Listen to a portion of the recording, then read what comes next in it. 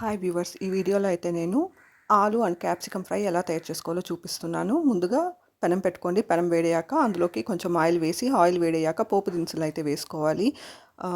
పోపు దినుసులు వేసాక అందులోకి కట్ చేసి పెట్టుకున్న ఉల్లిపాయ ముక్కల్ని వేసి బాగా ఫ్రై చేసుకోవాలి. ఉల్లిపాయ ముక్కలు ఫ్రై అయ్యాక అందులోకి పీల్ చేసుకున్న పొటాటోని మీడియం సైజ్ ముక్కలుగా కట్ చేసుకొని బాగా ఫ్రై చేసుకోవాలి. మూతనైతే పెట్టకూడదు. మూత పెడితే బాగా మెత్తగా అయిపోతాయి. మూత పెట్టకుండా ఆలు ముక్కలు బాగా సాఫ్ట్ అయ్యేంత వరకు బాగా కుక్ చేసుకోవాలి. తగినంత పసుపు ఉప్పునైతే వేసుకోవాలి.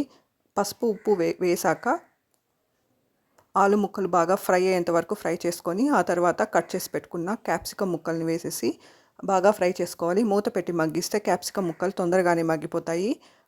క్యాప్సికమ్ ముక్కలు వేసి బాగా ఫ్రై చేశాక అందులోకి తగినంత ఉప్పునైతే అడ్జస్ట్ చేసుకోవాలి. ఉప్పు అడ్జస్ట్ చేసుకున్నాక క్యాప్సికమ్ ముక్కలు మెత్తబడ్డాక అందులోకి తగినంత కారం అయితే వేసేసి కారంలోని పచ్చివాసన పోయేంత వరకు ఫ్రై చేసి ఆ తర్వాత సాంబార్తో సర్వ్ చేసుకున్న, రసంతో సర్వ్ చేసుకున్న, పెరుగుతో సర్వ్ చేసుకున్న చాలా టేస్టీగా ఉంటుంది.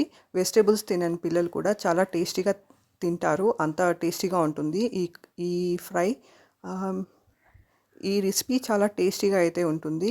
పిల్లలు ఆలు తినడానికైతే ఇష్టపడతారు. ఇలా ఆలుతో పాటు క్యాప్సికమ్ ఇచ్చామంటే చాలా హెల్దీ కూడా. క్యాప్సికమ్ తినడం వల్ల చాలా ఆరోగ్య ప్రయోజనాలు అయితే ఉన్నాయి. క్యాప్సికంలో విటమిన్ ఏ ఉంటుంది, విటమిన్ బి6 ఉంటుంది, విటమిన్ సి ఉంటుంది, విటమిన్ ఈ కూడా ఉంటుంది. ఇంకా మినరల్స్, పొటాషియం ఉంటుంది, మెగ్నీషియం ఉంటుంది, కాల్షియం కూడా ఉంటుంది. ఇందులో ఫైబర్ కూడా అధికంగా ఉంటుంది. ఇందులో ఫోలేట్ కూడా అధికంగా ఉంటుంది.